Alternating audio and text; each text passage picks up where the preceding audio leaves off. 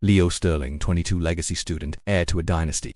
He was raised in a bubble of yes, every desire fulfilled, every mistake excused. Until one night, that bubble burst, leaving a trail of shattered lives and revealing the terrifying reality of a golden child unleashed. From birth, Leo Sterling was groomed for greatness. Top schools, luxury cars, an unlimited credit card. His parents, prominent figures in society, shielded him from every setback, every disappointment. Criticism was deflected.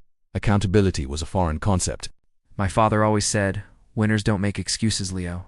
They make things happen." I just always did what I wanted. I deserved it. Deserved it. The insidious mantra of the golden child. Leo's life was a curated masterpiece, carefully designed to never show a flaw. His parents believed they were giving him confidence. In reality, they were cultivating a dangerous sense of invulnerability. He drove recklessly, partied excessively, knowing any consequences would be swiftly handled. This isn't just about being spoiled. It's about a fundamental breakdown in moral education. Leo was taught that rules were for other people. His entire framework for understanding consequences was shattered before he even became an adult. That night, Leo was out celebrating too much alcohol, too much speed, and a girl in the passenger seat who believed his reckless promises. The receipts for his ultimate failure were about to be tallied.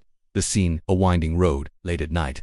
Leo, legally intoxicated, driving his high-performance sports car at speeds well beyond the limit. His date, Chloe, tried to tell him to slow down. Her pleas were met with arrogant laughter. I was scared. He just kept saying, "Relax, it's fine. I own this road." And then the headlights. A sudden swerve, the screech of tires, the sickening crunch of metal against metal. Leo's car slammed into a tree. Chloe, his passenger, bore the brunt of the impact. Leo, miraculously, walked away with minor injuries. Chloe, however, was critically injured, her future irrevocably altered. Leo's first instinct, not concern for Chloe. His first call wasn't to emergency services, but to his father's lawyer. He was concerned about his record, his future. This cold self-preservation instinct is the ultimate receipt of unchecked entitlement. He genuinely believed that his status would make the problem of an injured girl disappear. The aftermath was a desperate attempt by the Sterling family to control the narrative. Lawyers descended. Media was managed. Chloe's family, working class, found themselves up against an impenetrable wall of wealth and influence. They were offered a settlement, a bribe to ensure silence. They wanted us to sign away her future, to say it was her fault, to make it go away. Like her life didn't matter because his son was important. Leo, meanwhile, showed no remorse. He complained about the inconvenience, the hassle of court appearances. He blamed Chloe for distracting him. He blamed the other driver, who wasn't even involved. His parents, still enabling, tried to argue for leniency, citing his promising future. This is the collapse of character. Leo had no internal compass for right or wrong because it was never allowed to develop. Every potential consequence was removed, every failing sanitized. He became a weaponized version of privilege, dangerous to anyone who stood in his way. The accident didn't just break Chloe's body, it shattered the Sterling family's carefully crafted image. And for the first time in his life, Leo Sterling was about to face a verdict his money couldn't buy. Leo Sterling's gilded cage has finally cracked.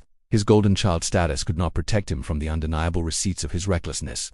Chloe's injuries were too severe, the evidence too clear. The public outcry, fueled by a mother's relentless fight for justice, was too loud to be ignored. This isn't motivation. This is an autopsy of entitlement. We aren't angry at the system. We're disappointed in the excuses. Leo didn't just make a mistake. He exhibited a dangerous pattern of behavior that finally culminated in devastating injury. This isn't a rant. It's a receipt. We've laid out the receipts. The evidence of Leo Sterling's unchecked privilege and reckless disregard is clear.